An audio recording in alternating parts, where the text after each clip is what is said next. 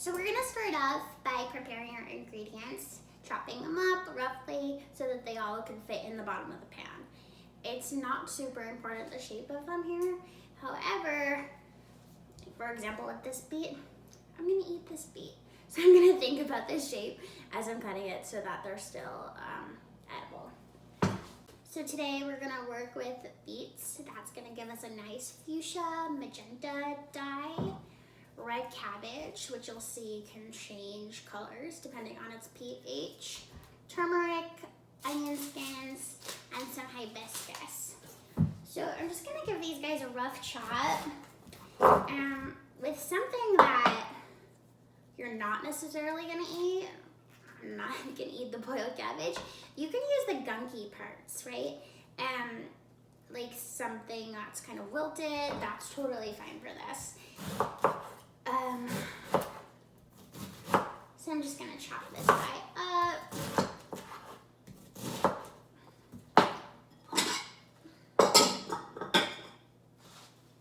And I have about 2 cups here. That feels like a good amount for what we're gonna do today.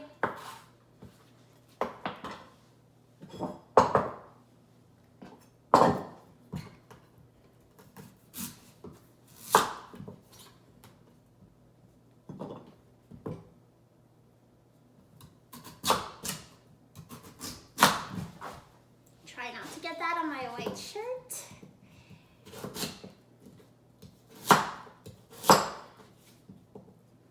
So I'm cutting it into pieces that later on, if I do decide to eat this, I can take the skin off and I'll give it a little rinse and it'll be good.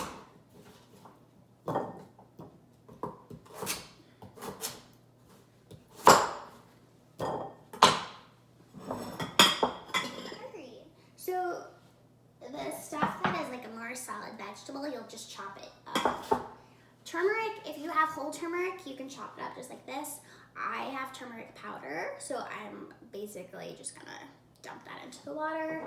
And my hibiscus. And my onion skins are already just taken off the onion. All right, let's head over to the stove. So I've got my veggies and spices over here. And I have some saucepans over here.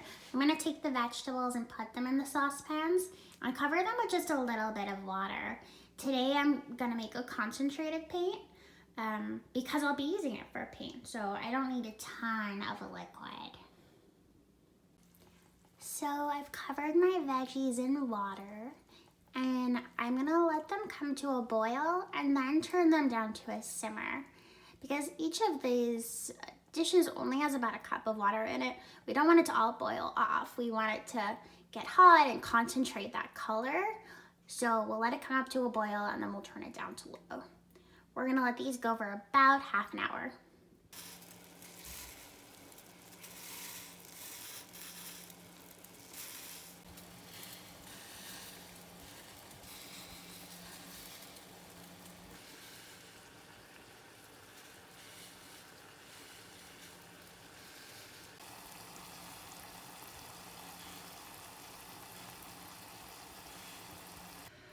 All right, so these friends are done. This over here is a super good example of this spooky scene of why you should turn them down to simmer. I let that boil a bit too long, but I'm just gonna strain them and transfer them into some jars, and then we'll see what colors we've made. So I'm just gonna strain this into a bigger bowl first. Because the red cabbage I'm gonna put in 3 jars because we can actually get 3 different colors out of this. Oh dear. This is why it's good to go into a larger bowl first. And if your veggies have cooled down, you can kind of squeeze them a bit to release any juice that hasn't come out.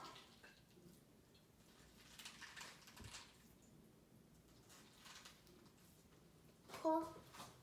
So I have decanted all of my colors to these jars, which I labeled. And you can see a lot of them reduced quite a bit, especially the beet and the onion.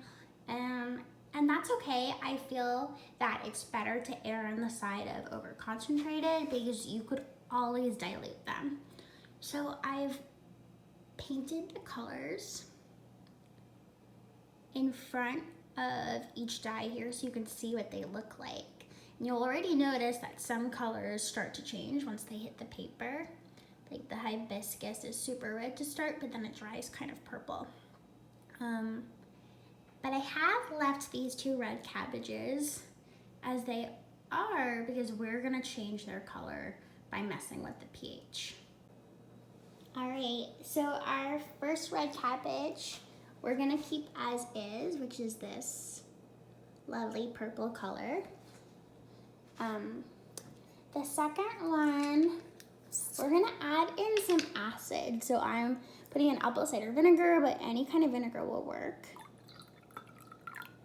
And you'll notice that it changes it to a brighter magenta-ish pink.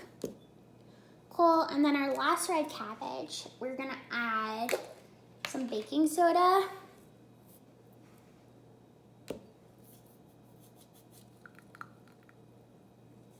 Just a sprinkle. And you'll see that it has changed that to a bluish green. So,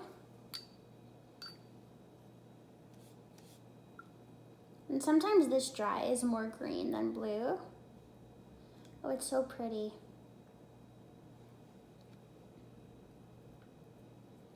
And here we've got the pink. So we've made 3 different colors from our red cabbage, and you could mess with these, right? Like I could add some vinegar into the pink one, or baking soda rather, and it would turn it back to blue. So now that you have all of your colors, we can treat these essentially like watercolors. And because we've made the primary colors, yellow turmeric, red beet, and blue cabbage, we are able to mix any color we want. So I'm going to show you how I mix some colors and also some different ways of manipulating the paint so that you can get multiple colors in one. So if you take a color and make a little test sample blob, if you have a glob of wet paint on the surface, you can actually mix another color right into it. So I'm gonna take some of the red cabbage and fluff it in there. We could try this with onion and let's see, turmeric.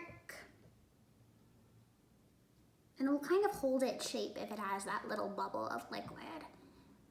The other cool thing is just to see how the colors change on their own.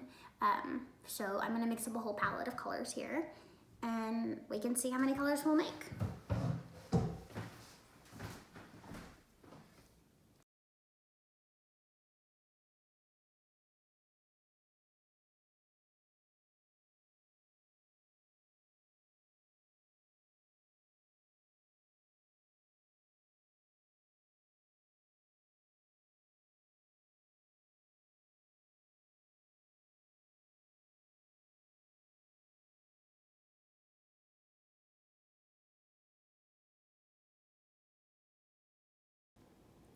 So you can see these change quite a bit overnight. The last thing I want to show you is that you can go back into these, the ones that have red cabbage at least, and add either vinegar or baking soda to change the color again. So this is some vinegar.